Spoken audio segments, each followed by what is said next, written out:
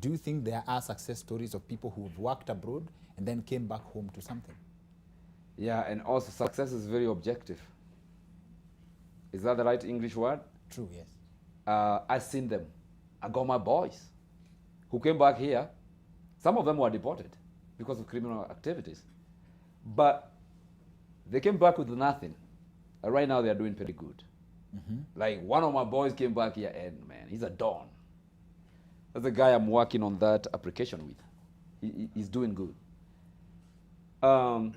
You will never get a chance of holding that money. You're talking about it's a lot of money. You will never get a chance of holding it at once. So that you can say, you know what, forget America, let me go invest this money in Kenya. There is always something, and that, by the way, building a story building of 10 stories, to me, that is not success. You speak to the landlords directly, like. That is not, it's not success because, you see today, these are different times. The game changed. The game of basketball changed. You could play one role, point guard. That is what you're playing, point guard, point guard, point guard. But the game changed. You have to play all the positions. Power forward, forward. You have to know how to hit a three. Okay. You have to know how to grab a rebound. You have to steal the ball. You have to do all those things. Even in life, telling me that you have money, start somewhere, I build a 20-story building, and I have people renting it. I'm looking at you. You need to travel around the world. You need to be knowledgeable about what makes you happy. You need to, add some education in yourself. You need to be healthy. You need to have good relationship with people. You need to be a better communicator. But having stagnant money, I'm telling you, it's gonna bore you. And you know what? We will know. And we will come for it from the streets. Let's put this into perspective. When you talk of earning $200,000 a year, and you can never hold this money at once, what does that mean? It means that... Break down $200,000 for us. 200K every month. Let's say your house, you're paying $3,000, right? Someone like me practice something we call a little bit, technically polygamous. Because I have 2 daughters, but I'm not with their mothers. Daughters are expensive in America. They want everything. They want you to fix their hair every week, right? They want, they are listening to all this new music. They are losing at these videos. They buy clothes this month, they want another clothes. Expensive. But even when I did not have kids, I would still be poor because you eventually realize all you're doing is paying bills. Also, you're not blaming your children entirely. Oh, no, not at all. Not at all. If you hear someone blaming their children and talking about child support, that's a loser. Why did you sleep with a mother?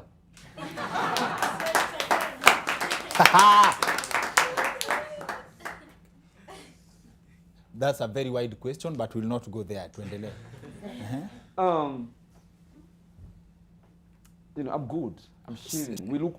Sawa. Digress kidogo pale ulisema, even if you did not have children, you would still be poor. Yes, in America.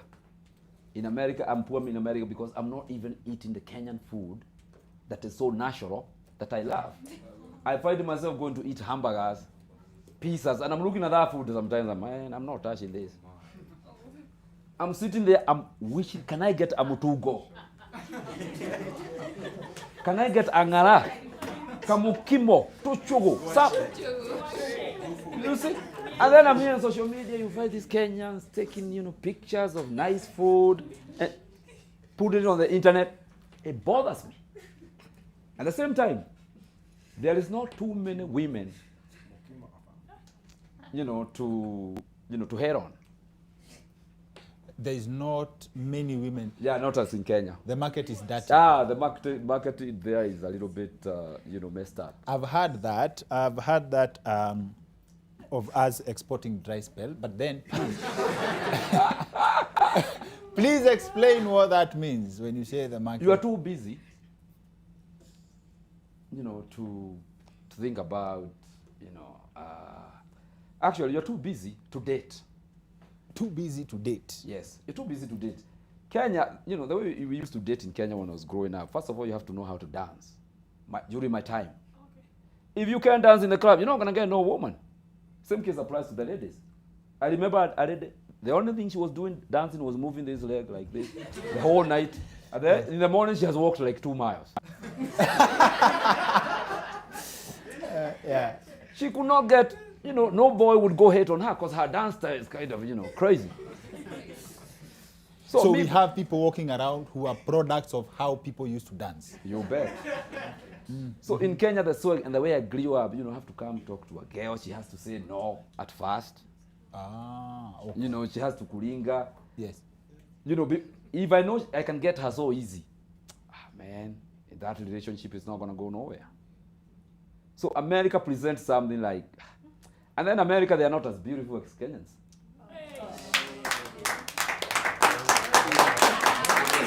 They are not. What are you saying about? What are you saying about the Kenyans we have taken to America?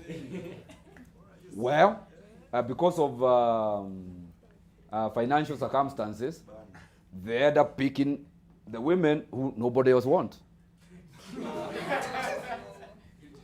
and vice versa.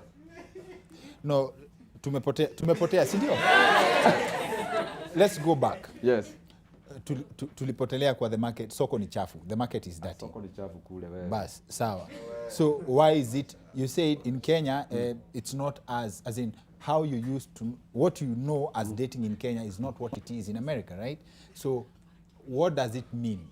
Like, away from dancing, what else? True love is very hard to find in America. You're the second person I'm hearing, I've heard say that authoritatively. Yes. There's no true love in America. There is no true love. There is no true love that lasts. A Kenyan chick, she'll go with you through hell. You know? Oh, no. She'll go with you. Tumalizie, America, as soon as you become broke, my brother, she is gone. So anyone in a relationship in America has something. When you ask someone, hey, are you dating? They say, I'm single. Hana kitu. That's what you're saying. Most probably. Or he does not have a game to pick up a chick. Because there is people like that. Like they see a woman and then kutatemeka. Akiona msichana anatetemeka, he can't even talk. But if you can talk and you don't have money, you're still in... You know, a fool with his money. If we know you have money and you can't talk, and then a woman you have taken from someone else, you know, is very sweet. When you have taken them. You know?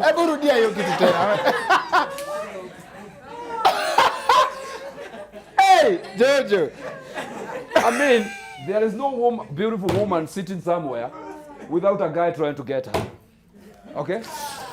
So if you get her from another guy, there is someone she's saying, no, it is you I want, I don't want this one. That is the best. I'm waiting for you to get to the sweetness. Unajua?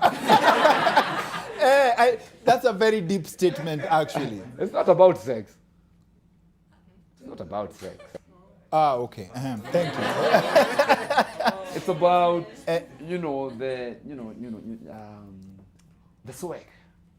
It's about the swag. Just the idea that umeosha mtu, that's the idea that you have won this girl from someone. And then if she's beautiful and she's single, Houston, we have a problem. Why are you single? Oh, it's illegal for someone beautiful to be single. So technically. So when you're going for someone, you know that actually you're producing more single people in the world. Like when you go for someone who's beautiful, you know kuna mtu anakauka. Pahali. That is definite. Jago FIFA is a serious case in America. Nata wewe unajua pesa ikishuka kidogo, you are done. Hata kuwe ni bibi yako, utaona ameanza vitu zingine. Ujui. Utaona ameanza kuangalia time. Like me, actually, the reason I got out of my fiancé, I had even bought her a ring. You know, I had engaged her. Then I lost my job. And the reason I'm losing my job is that I have decided to do stand-up comedy. I'm working at Bank of America, making some good money. Then I realized that, these people don't even respect me. I go to use the restroom. My manager is counting how much time I'm using the restroom. That's why you quit your job. You quit or they... No, I quit it, man. And I was very fun. At Bank of America, that's where I realized, I can do comedy. Because I was joking with everyone. Looking at, manager, ukiingia 3 minutes late, anafura. Mimi nikachidwa sasa Jona. Yani, huyu mwanamke.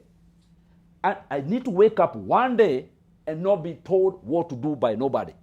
I was waiting for that day. I realized stand-up comedy, I can make people laugh.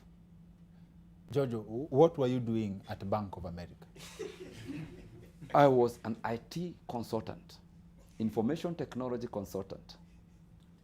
Okay. All these big companies, they use something we call ERP.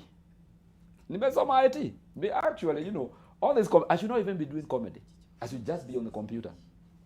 I always work with my computer on my back because that's my engine. Lakini nilienda kuchukua kalori, imenionyesha maneno mengi sana. You tried your hand in another line of business? Yes. Driving a truck in America. Why didn't you bring your daughters back? That's a very good question. Their mothers think that they're going to come back, they will never see them again. They are Qatar. You call them a Qatar, Black Americans. Oh, they are Black Americans? They are Black Americans. I don't fuck around with white girls. Why? I'm a nigga. That's the basic reason, but then why? I'm too strong. My genes are too strong. Do you know the biggest reason why black and white fight? Why the black man has to go there and, be hanged, all these stories, slavery, become a slave? Do you know why? Tell us. It is very interesting. For me to fight that, ili kitu nilikuwa nimefikiria, hakuna mtu ananisomesha. It is one thing. The problem is you are mutombo. Because every time a black man sleeps with a white girl, what comes out? A black man or a black woman. If a black woman also sleeps with a white boy, what comes out is black. So the white person ends up becoming the slave of the family. And that's what they fear.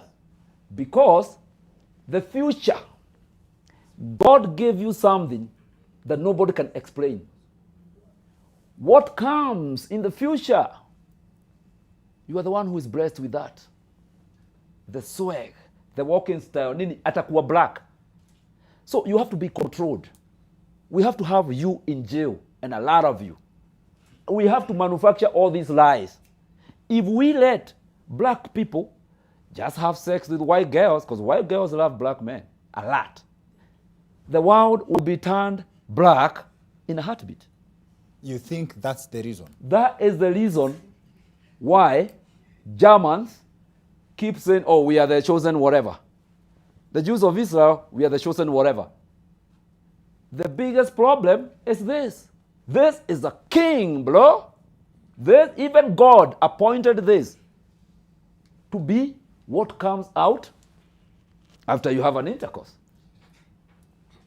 This decision that you don't vibe with white girls, does it come when you're in America? Is there a low-key reason like, okay, this is stupid, but I'll just ask it. Nothing to do with you feel like it's easier to vibe with black girls versus nini. Nothing to do, not to mean that that's true, but I'm saying there is no other hidden reason other than. You see, at the same time, I consider myself a gangster. I'm not going to be walking with white girls on the street, holding her like that, people looking at me crazy. You'll feel like, what the hell is he doing with that white girl? You'll feel colonized. I'll feel weak. I feel weak. I want to be holding a sister and walking with her. It does not create any attention. So walking with a white girl creates attention. Man, and you cannot even walk with her everywhere.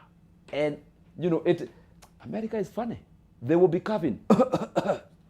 Others will just see and spit right in front of. That thing is still there. Is it racism or? It is racism. But isn't okay, racism from who? Because a white girl vibing with you, that means they don't see color, as people call it. Yeah, you know, both of you, there's not a problem with both of you. But we have a society. And this society, for me to be a black man, you know, I went to America to learn how to become a nigger. And I want to teach all Kenyans to become a nigger. Because you become hardened. You become hardened. White girl is not going to take me where I'm trying to go. And then I'm going to come back here home, you know,